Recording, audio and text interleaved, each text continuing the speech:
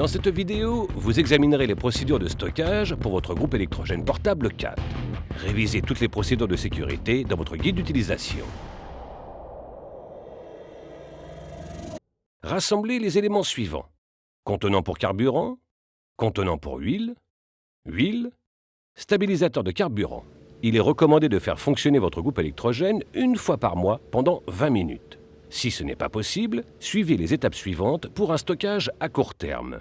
Débarrassez le groupe électrogène de toute trace de saleté, de rouille, de graisse et d'huile. Ne pas utiliser de nettoyeur à haute pression pour nettoyer le groupe électrogène. Inspectez l'extérieur. Effectuez toutes les réparations nécessaires. Ajoutez du stabilisateur de carburant dans votre réservoir d'essence afin de ralentir la détérioration du carburant. Démarrez le moteur et laissez-le tourner pendant 10 minutes pour vous assurer que le stabilisateur de carburant a été aspiré dans le carburateur.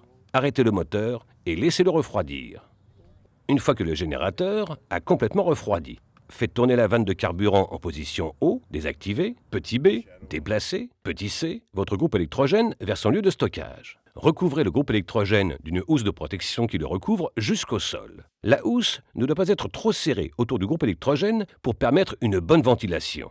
Si vous savez que vous n'utiliserez pas votre groupe électrogène pendant une longue période, suivez les étapes suivantes pour préparer votre générateur à un stockage sur le long terme. Débarrassez le groupe électrogène de toute trace de saleté, de rouille, de graisse et d'huile. Ne pas utiliser de nettoyeur à haute pression pour nettoyer le groupe électrogène. Inspectez l'extérieur. Effectuez toutes les réparations nécessaires. Vidangez le réservoir de carburant. Vérifiez que la vanne de carburant est en position I, activée. Retirez le bouchon du réservoir de carburant et le bouchon de vidange de la cuve du carburateur. Vidangez le carburant dans un récipient adapté. Ne pas conserver d'essence dans le groupe électrogène en vue d'une utilisation ultérieure. Une fois le circuit de carburant totalement vidangé de tout carburant, remettez en place le bouchon de vidange dans le carburateur. Tournez la vanne de carburant en position d'arrêt haut.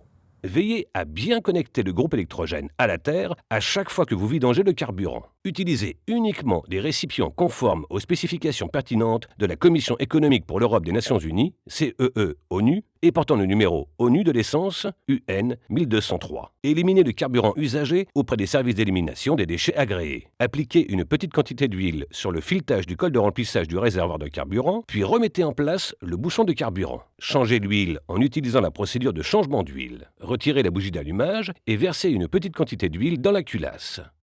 Remettez en place la bougie d'allumage, mais ne remettez pas en place le capuchon de la bougie d'allumage. Tirez la poignée du démarreur 3 fois pour bien répartir l'huile sur les parois de la culasse. Déplacez le groupe électrogène vers son lieu de stockage à long terme. Recouvrez le groupe électrogène.